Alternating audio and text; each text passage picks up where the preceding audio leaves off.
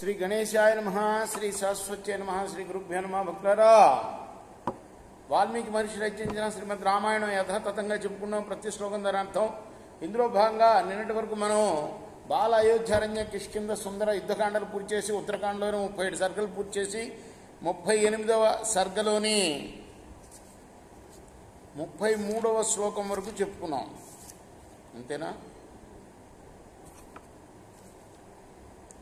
38వ సర్గ పూర్తి చేసాం. ఈ రోజున 39వ సర్గను ప్రారంభం చేద్దాం. ప్రారంభించే ముందు వాల్మీకి మహర్షిని ప్రార్థన చేసుకుందాం.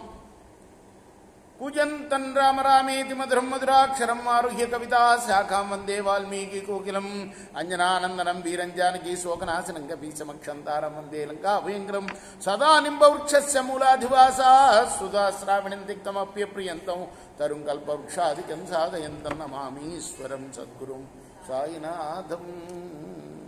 సమర్థ సద్గురు సాయినాథ మహారాజుకి జై.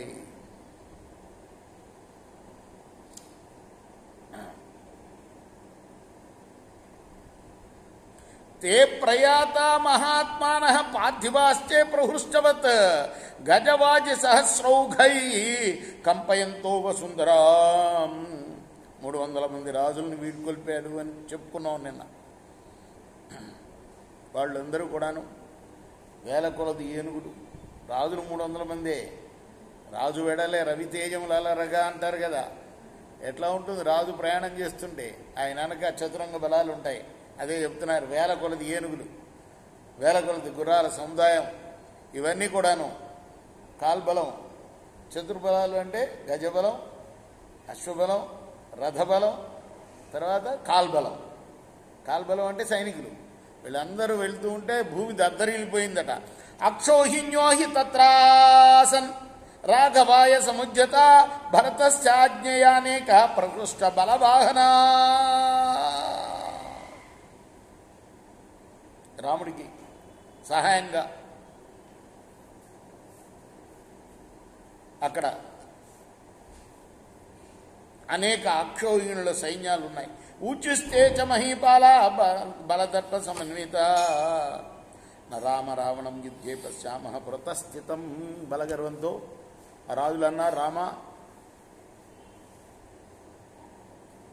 మేము యుద్ధంలో రావణ్ణి చూసి ఉంటే వాడు మా ముందు నిలబడేవాడు కాదు అన్నారట వాడు. భరతేన భయం పశ్చాత్ సమానీత నిరర్థకం మహత రాక్షసాక్షిప్రం పార్థివై శున్న సంశయ.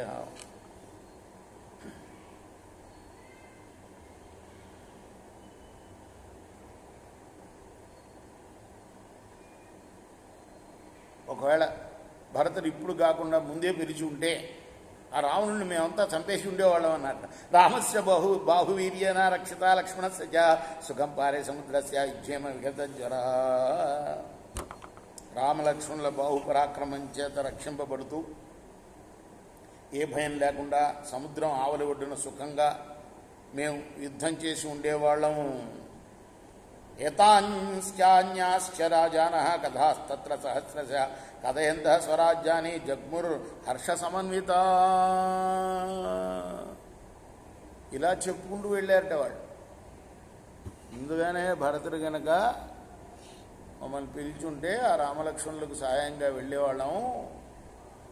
వాళ్ళ బాహుపరాక్రమం చేత రక్షింపబడుతూ వాడితో యుద్ధం చేసేవాళ్ళం కదా అని వాళ్ళు ఏదో నలుగురు కలిస్తే ఏదో ముచ్చట్లు చెప్పుకుంటూ వెళ్తారు. 300 మంది రాజులు కలిశారు కదా, వాళ్ళందరూ ఇలా చెప్పుకుంటూ వెళ్ళారట.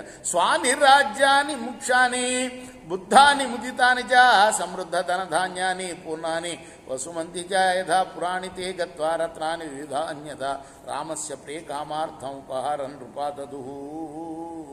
ఆ తర్వాత వాళ్ళు వాళ్ళ రాజ్యానికి వెళ్ళి సమృద్ధమైన, ప్రసిద్ధమైన, ఆనందభరితమైన, ధనధాన్య సమృద్ధమైన, పరిపూర్ణములు ధనము కలవైన, తాము విడిచి వచ్చినప్పుడు ఎట్లా ఉందో అట్లానే ఉన్న తమ రాజ్యానికి వెళ్ళారట. వెళ్ళి అనేక విధమైన రత్నాలని కానుకలుగా రాముడికి పంపారు. అశ్వాన్యానాని రత్నాని హస్తినస్య మతోత్కటాన్ చందనాని చ ముక్షాని దివ్యాన్యాభరణాని చ మణిముక్తా ప్రవాళాంస్తు దాస్యో రూపసమన్విత అజాభికంచ వివిధం రథాంస్తు వివిధాన్ భవన్. ఏది వదళ్ళు వాల్మీకి మహర్షి ఏమేం పంపారో అవన్నీ లిస్టు చెప్తున్నాడు. రాజులు సామంత రాజులు పంపినవి గుర్రాలు, వాహనాలు, రత్నాలు, బాగా మదం చేత మదించిన ఏనుగులు, ముఖ్యమైన చందనాలు, మేపోతకి దివ్యమైన అలంకారాలు, మణులు, ముత్యాలు, పొగడాలు, రూపవతులైన దాసీలు, అనేక విధాలైన మేకల గొర్రెల మందలు, చాలా రకమైన అనేక రథాలు పంపారు. రేపు మనం మిగతా భాగాన్ని కొనసాగిద్దాం. కృష్ణార్పణమస్తు. 11వ శ్లోకం నుండి కొనసాగిద్దాం. సాయి కృష్ణ.